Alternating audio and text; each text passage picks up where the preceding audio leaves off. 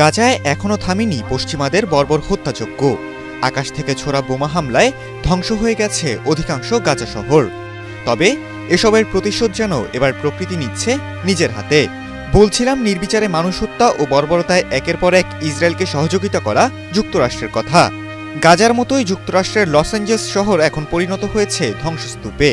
এমনকি গাজা ধ্বংসে ইসরায়েলকে $1 বছরে $2200 কোটি সহযোগিতা দেওয়া যুক্তরাষ্ট্র মাত্র একদিনে হারিয়েছে $5000 কোটি। এ যেন ইংরেজি প্রবাদবাক্য রেভেঞ্জ অফ নেচারের এক অনন্য নজির।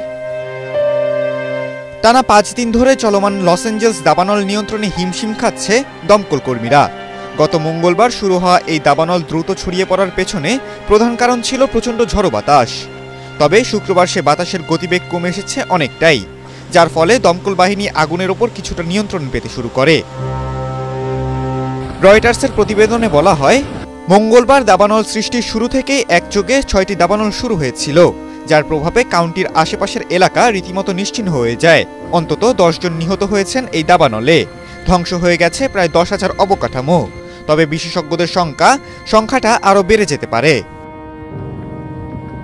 কোটি কোটি মানুষের ভালোবাসায় ফ্রিজ, টিভি এবং এসিতে দেশের 1 নম্বর ব্র্যান্ড ওয়ালটন। দাবানলে বাড়িঘর হারিয়েছেন লাখো মানুষ। তবে এখানেই শেষ নয়। লস অ্যাঞ্জেলসে এই দাবানলের মধ্যেই শুরু হয়েছে লুটপাট, যার ফলে জরুরি অবস্থা জারি হয়েছে সেখানে। শুক্রবার দমকল বাহিনী জানায়, লস অ্যাঞ্জেলস শহরের পশ্চিম দিকে পেলিসেইডস এলাকার আগুন ও পূর্ব দিকের পাহাড়ের পাদদেশে অবস্থিত টোন এলাকার আগুন কিছুটা আয়ত্তে আসতে শুরু করেছে। এর আগ পর্যন্ত সেখানকার পেলিসেইডস ও ইটনে আগুন মোটেও নিয়ন্ত্রণে ছিল না। মাটি ও আকাশ থেকে চেষ্টা করেও নিয়ন্ত্রণ আসছিল না দাবানলের ওপর, যার ফলে 2 অঞ্চলের 34,000 একর জমি পুড়ে ছাই হয়ে গেছে। তবে বাতাসের বেগ কমে আসতেই দমকল বাহিনীর কাজ কিছুটা সহজ হয়ে যায়, যার ফলে পেলিসেডসের আগুনের ওপর 8 ও ইটনের আগুন 3% নিয়ন্ত্রণ নিতে পেরেছে দমকল বাহিনী। এদিকে আরও 5টি সক্রিয় দাবানলের আগুন নিয়ন্ত্রণে আনতে এখনও লড়ে যাচ্ছে দমকল বাহিনীর আরও অনেক দল। লিডিয়া অঞ্চলে 75% আগুন নিয়ন্ত্রণে চলে এসেছে, যদিও সেখানে 395 একর জমি পুড়ে গেছে। হার্স্ট অঞ্চলে আগুনে পুড়েছে 771 একর জমি। বর্তমানে সেখানে 37% আগুনের ওপর নিয়ন্ত্রণ বিস্তার করেছে দমকল বাহিনী।